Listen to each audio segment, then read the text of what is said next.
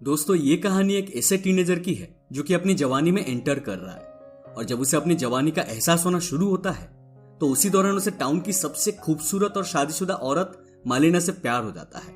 और इसके बाद मालिना का असर उसके ऊपर किस कदर छा जाता है, आइए जानते हैं। दोस्तों इस मूवी की टाइमलाइन सेकेंड वर्ल्ड वॉर के टाइम में सेट है और मूवी की शुरुआत में हमें इटली के एक छोटे से टाउन को दिखाया जाता है जहाँ कुछ गवर्नमेंट ऑफिशियल्स घूम घूम के अनाउंसमेंट कर रहे थे कि दोपहर में सभी लोग अपना अपना टीवी और रेडियो ऑन रखेंगे। हमारे देश के लीडर मोसोलिनी कुछ अनाउंसमेंट करने वाले हैं जो कि सभी को सुनना है। फिर सीन कट होता है और हम रेनाटो नाम के एक लड़के को देखते हैं जो कि अपने डैड के साथ नई साइकिल खरीदने आया है। साइकिल खरीदते टाइम मैकेनिक रेनाटो को यह समझा रहा था कि उसे साइकिल का ख्याल कैसे रखना है और जब रेनाटो मैकेनिक की सारी बात को समझ लेता है तब वो साइकिल लेकर टाउन में जाता है अपने दोस्तों को दिखाने के लिए। फिर हम देखते हैं कि जब रेनाटो टाउन से गुजरता हुआ अपने दोस्तों के पास जा रहा होता है तब टाउन के सभी लोग सड़क पर जुटे हुए हैं और वो मोसोलिनी की अनाउंसमेंट लाउड स्पीकर पर सुन रहे हैं। अनाउंसमेंट से हमें यह पता चलता है कि इटली ने फ्रांस के खिलाफ युद्ध छेड़ दिया है जो कि एक बहुत बड़े डिजास्टर की शुरुआत है। फिर हम देखते हैं कि जब रेनाटो अपने दोस्तों के पास पहुंच जाता है तो उसके दोस्त नई साइकिल को देखकर बहुत खुश होते हैं, मगर तभी फ्रेंड सर्कल में मौजूद एक दोस्त सभी लड़कों से कहता है कि सब बैठ जाओ, वो आ रही है। ये बात सुनते ही सारे लड़के दीवार किनारे बैठ जाते हैं। रेनाटो सोचता है कि पता नहीं कौन आ रही है जिसका वो सब इंतजार कर रहे हैं। फिर कुछ सेकंड के बाद उस टाउन की सबसे खूबसूरत औरत जिसका नाम मालिना है वो सड़क से गुजरती है। मालिना को देखते ही रेनाटो की बॉडी में एक ऊर्जा दौड़ने लगती है और पहली नजर में ही उसे मालिना से प्यार हो जाता है। इसके बाद हम देखते हैं कि जब मालिना चलते हुए आगे चली जाती है तो रेनाटो और उसके सारे दोस्त अपनी साइकिल से मालिना को तब तक फॉलो करते हैं जब तक मालिना उनकी नजर से बहुत दूर नहीं चली जाती। ये सारे लड़के अपने नए नए जवानी के जोश में मदहोश हैं, इसलिए ये लोग अभी लव और लस्ट के बीच का डिफरेंस नहीं जान पा रहे और ऐसी हरकतों से उन्हें मजा आ रहा है। अब मालिना का जादू रेनाटो पर इस कदर छाता है कि वो उसकी एक झलक पाने के लिए हर जगह उसका पीछा करने लगता है। ऐसे ही एक दिन हम देखते हैं कि रेनाटो स्कूल खत्म होने के बाद मालिना के घर के बाहर जाता है और वहां सड़क के दूसरी ओर बैठकर वो मालिना को एक बार देखने की कोशिश करता है। फिर मालिना अपने घर का दरवाजा खोलती है और रेनाटो को अपने पास बुलाती है।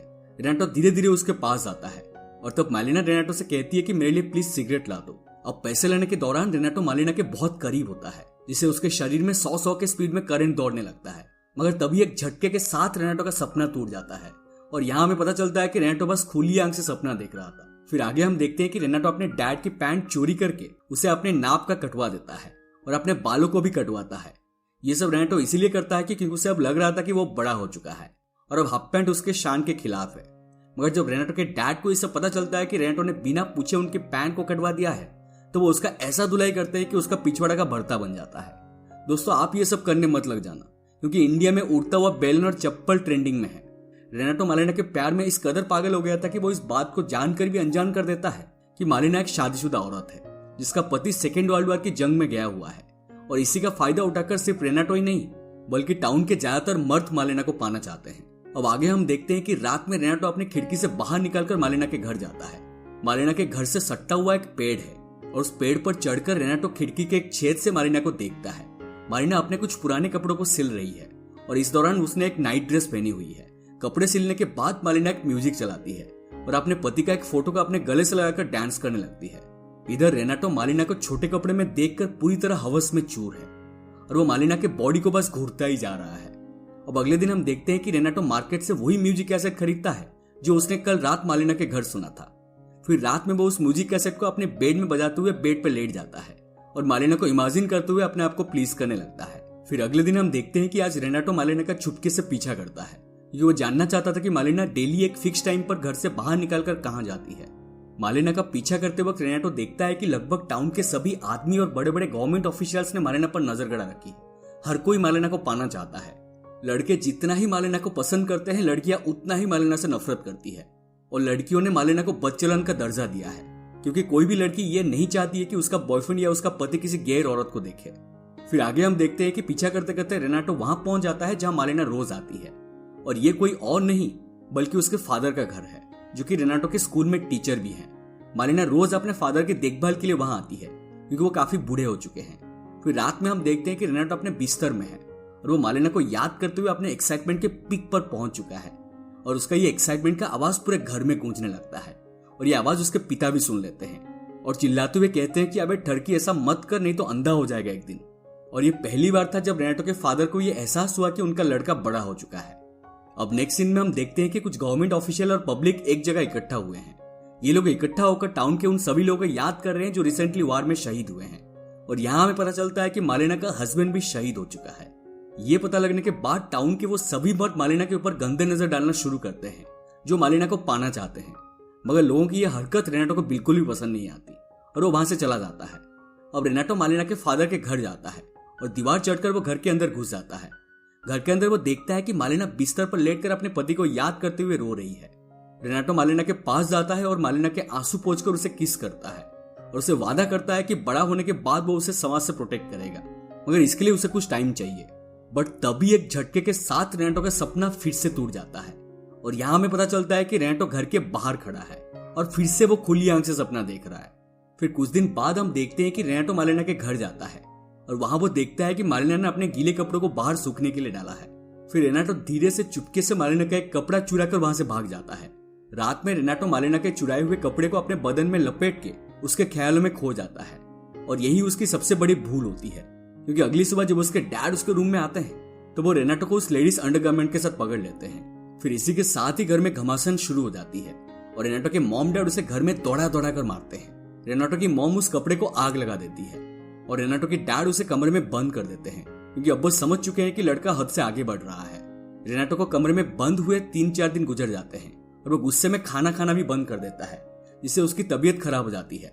तब घर में डॉक्टर आता है और चेकअप करके बताता है कि रेनाटो को बस खुली हवा चाहिए, वो खुद ब खुद ठीक हो जाएगा।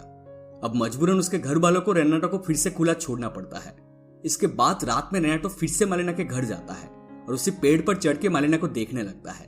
मगर आज वो देखता है कि मालिना का उस टाउन के एक गवर्नमेंट ऑफिसर के साथ अफेयर्स चल रहा है। थोड़ा समय बिताने के बाद जब वो ऑफिसर मालिना के घर से जाता है तो बाहर उसे एक आदमी मिल जाता है। यह आदमी भी मालिना का एक आशिक है और वो उस ऑफिसर से लड़ने लगता है, क्योंकि वो नहीं चाहता था कि मालिना उसे छोड़कर किसी और का हो। अब लड़ाई के दौरान उस आदमी की वाइफ कुछ पुलिस के साथ वहां पहुंच जाती है और पुलिस वाले से कहता है कि आदमी मेरे साथ धोखा कर रहा है। फिर वो औरत मालिना के घर के बाहर भी हंगामा करती है और कहती है कि औरत हमारे पतियों को हमसे छीन रही है। अब यह बात अगले दिन पूरे टाउन में आग की तरफ फैल जाती है और मालिना को जेल भेजने की बात होने लगती है। इस केस की वजह से मालिना के फादर भी उससे सारे रिश्ते तोड़ देते हैं। अब मजबूरन मालिना टाउन के एक बड़े लॉयर के पास जाती है और उसे अपने केस लड़ने के लिए कहती है। लॉयर भी मालिना के जिस्म का भूखा है, इसलिए वो केस लड़ने के लिए हाँ कह देता है और उसे जितवा भी देता है। केस जीतने के बाद लॉयर मालिना के घर जाता है और उसके साथ डांस करने लगता है। डांस के दौरान मालिना को लॉयर के नियत पता चल जाते हैं और वो रूम में भागने की कोशिश करती है, मगर लॉयर उसे पकड़ लेता है और वो मालिना के साथ जबरदस्ती करता है। इसके बाद मालिना और लॉयर रेगुलरली मिलने लगते हैं। मालिना ऐसा इसीलिए करती है क्योंकि वार में फैली भूखमरी में उसे सरवाइव करने के लिए पैसों की सख्त जरूरत होती है और वो लॉयर उसकी फाइनेंशियल जरूरतों को पूरा कर सकता है। अब कुछ दिन सब कुछ ठीक ठाक चलता है, मगर एक दिन लॉयर अपनी माँ से मिलने जाता है और उसकी माँ अपनी बेटे और मालिना के बीच के अफेयर्स के बारे में अच्छी तरह से जानती है, जिसके चलते उसकी माँ अपनी बेटे को खूब मारती है और कहती है कि तुमने अपने बाप का नाम मिट्टी में मिला दिया। अब इस बदनामी के चलते लॉयर मालिना से अपने सारे रिश्ते तोड़ देता है और यहाँ यह भी कहा जा सकता है कि अब मालिना से उसका मन भर चुका है।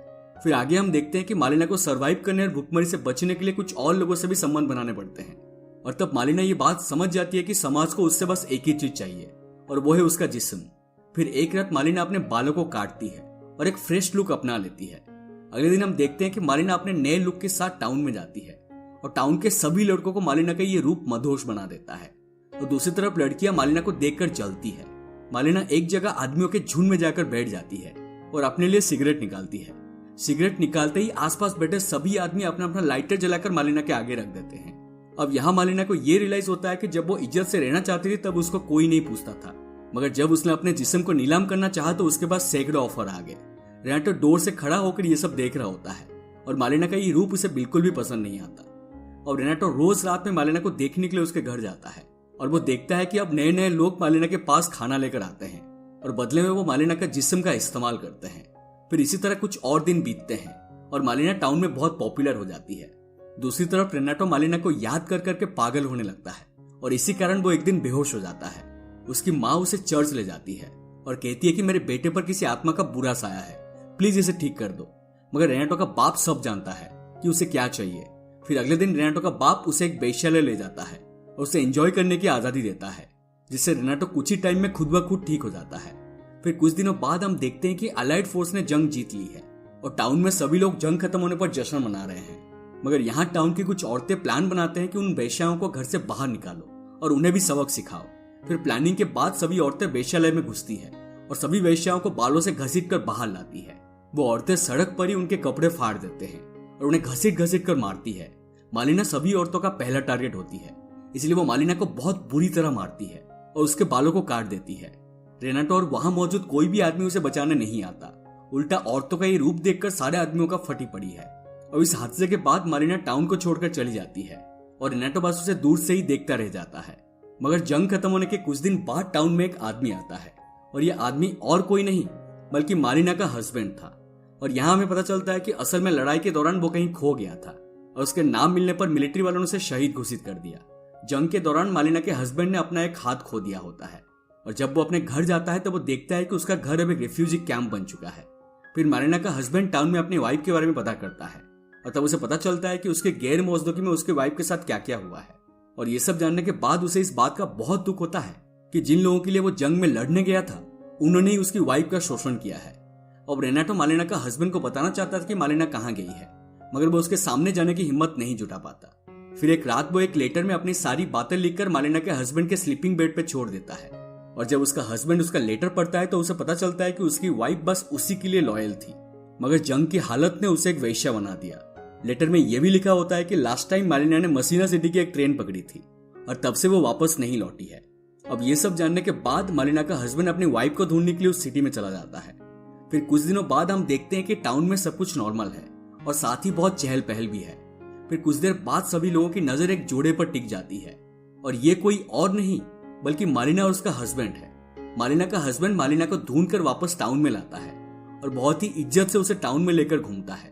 सभी लोग ये देखकर हैरान हो जाते हैं क्योंकि ऐसा करने के लिए हिम्मत चाहिए। फिर एक सुबह हम देखते हैं कि मालिना अकेले बाजार में सब्जी खरीदने जाती है और बाजार में वो उसी औरतों से मिलती है जिन्होंने कभी उसे बहुत बुरी तरह से मारा था। यहाँ वो औरतें मालिना को गुड मॉर्निंग कहती है और उसे इज्जत से पेश आते हैं, जिसे सुनकर मालिना थोड़ा सा रुकती है। फिर वो भी गुड मॉर्निंग का रिप्लाई देती है और इसी तरह मालिना सब कुछ नॉर्मल करने के लिए एक पहल भी करती है। अब खरीदारी करने के बाद जब मालिना घर जा रही होती है तब उसके बैग में से कुछ फूल नीचे गिर जाते हैं और तब वही खड़ा रेनाटो जल्दी से आता है और फूलों को इकट्ठा करके मालिना के बैग में रखने लगता है। फिर जब मालिना अपनी बैग उठाकर घर जाने लगती है तब रेनाटो हिम्मत जुटाकर पीछे से कहता है, गुड लक मालिना। मालिना पीछे मुड़ती और स्माइल करते हुए इशारों में थैंक्स कहती है। और इसी के साथ दोस्तों ये मूवी यहीं पर खत्म हो जाती है।